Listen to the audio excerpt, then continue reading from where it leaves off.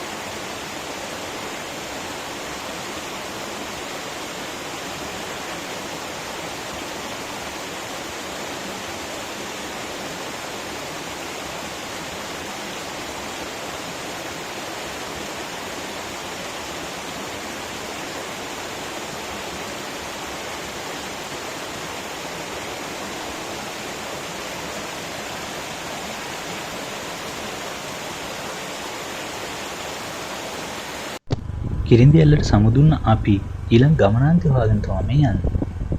මේ වගේ කොළපාට පරිසරයක් මැද්දෙන් යනකොට ගමන් මහන්සි ඉබේම නැති වෙලා යනවා. ගමේ අයගෙන් දැනගන්න හම්බෙච්ච විදිහට සුන්දර දිය ඇල්ලක් හොයාගෙන තමයි අපි මේ යන්නේ. ගමේ අයගෙන් අහගෙන තම දුෂ්කර මාර්ගයක් දිගේ තමයි මේ දිය ඇල්ලට පිවිසෙන මාර්ගය වැටලා තියෙන්නේ. ඒ වුණාට මේ ගමේ ජීවත් වෙන තම සුහදශීලී මිනිස්සු. මේ අපූර්ව දිය ඇල්ලට යන මාර්ගය වැටලා තියෙන්නේ ගෙදරක මිදුලක් මැද්දෙන්. ඉතින් තරම ගුප්ත පරිසරයක තියෙන මේ දිය ඇල්ල අමුතු ලස්සනක් තමයි ගෙන දෙන්නේ. හරිම නිස්කලංක පරිසරයක පිහිටලා තියෙන මේ දිය ඇල්ල පහළ නාන තටාකයකින් සමන්විත වෙනවා. කොටස් දෙකකින් සමන්විත මේ දිය ඇල්ල ඉහළ ජල තටාකයක් විදිහටත් පහළ දිය ඇල්ල විදිහටත් පිහිටලා තියෙනවා.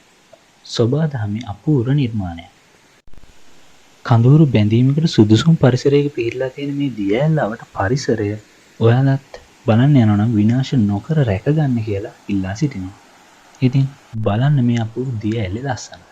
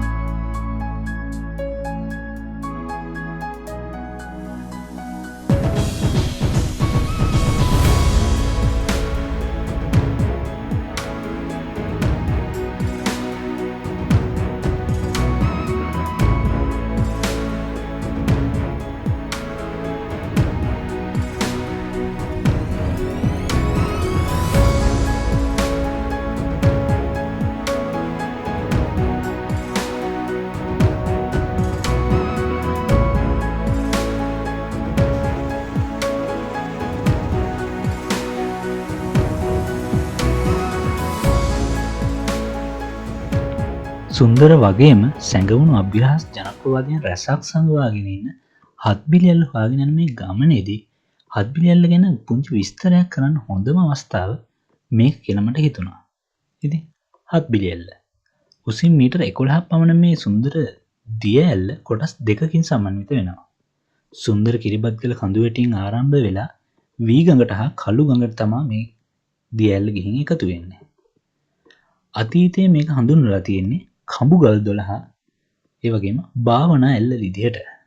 ඇයි මේකට භාවනා ඇල්ල කියලා හැඳින්වුවේ? අතීතයේදී මේ දිය ඇල්ල අසල භාවනා යෝගීව භික්ෂුන් වහන්සේලා ජීවත් වුණා කියලා සඳහන් වෙනවා. මේ නිසා මේ දිය ඇල්ල භාවනා ඇල්ල විදිහට හැඳින්වුවා. එක් කාලෙකදී මේකේ කාන්තාවන් 7 දෙනෙක් දිය නාමයට යොදාගත්ත කියලා සඳහන් වෙනවා. එක දිනයකදී මේ කාන්තාවන් 7 දෙනාම එකපාරටම කිසිදු සලකුණක් නොතබා අතුරුදහන් වෙලා තියෙනවා. 7 දෙනෙක් බිලිගත් ඇල් භාවනා ඇල් සත් බිලි ඇල්ල බවට පත් වුණා කියලා තමයි ජනප්‍රවාදවල සඳහන් වෙලා තියෙන්නේ.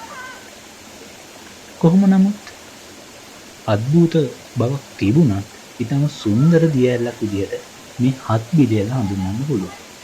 ඉතින් විඳින්න 7 බිලි ඇල්ලේ අසිරිය.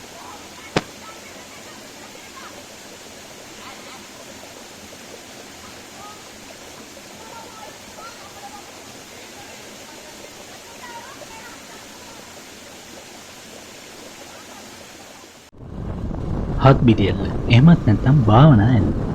භාවනා ඇල්ලට සමුදීලා අපි දැන් ඔයාලට කියන්නේ දෙස්විද සංචාරකයන් අතර ඉමහත් ලෙස ප්‍රසිද්ධියට පත් වෙලා තියෙන රජනාව ඇල්ල හොයාගෙන. රත්නපුර නගරේ ඉඳලා කිලෝමීටර් 5ක් පමණ දුරකින් තමයි මේ දිය ඇල්ල පිහිටලා තියෙන්නේ. රත්නපුර දිස්ත්‍රික්කයේ සුන්දර දිය ඇලි ගොන්නට එකතු වෙන තවත් එක ලස්සන දිය ඇලි.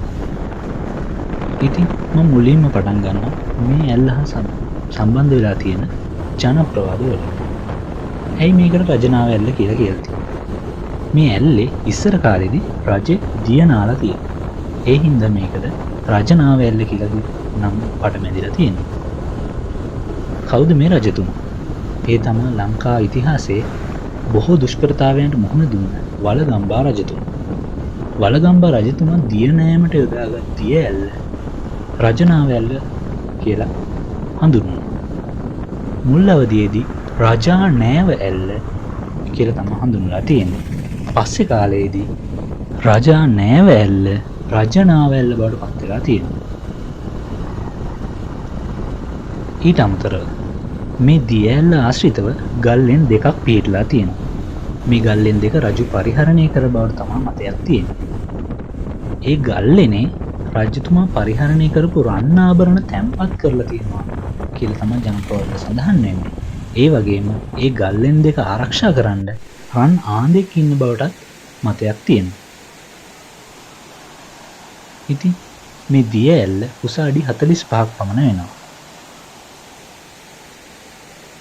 මේ දිය ඇල්ලක් වුණාට මේක බොහෝ දෙනා අතර ප්‍රසිද්ධ වෙලා තියෙන්නේ දිය නෑමට සුදුසු ස්ථානයක් විදිහට. මේ දිය ඇල්ල වතුර වැටෙන ස්ථානයේ බේසමක් වගේ පෙනුනට යම් ගැඹුරු සහගත තැනක් හින්දා බොහොම පරිස්සම් වෙන්න ඕන.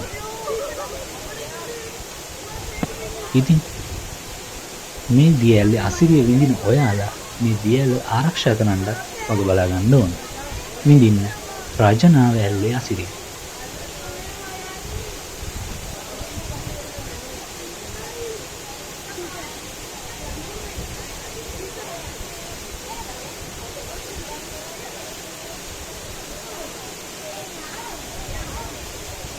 ඉතින් රජනාව ඇල්ලෙන් රත්නපුර දිස්ත්‍රික්කයේ දිය ඇලි සොයන චාරිකාවේ එක පරිච්ඡේදයක් මේ විදිහට අවසන් වෙනවා. මතක ඇතුව channel එක subscribe කරලා තියාගන්න. තවත් සුන්දර ගමනාන්තයක් එක්ක එකතු වෙන්න බලාපොරොත්තු වෙමි. ඉතින් ඔබට සුබ දවසක්.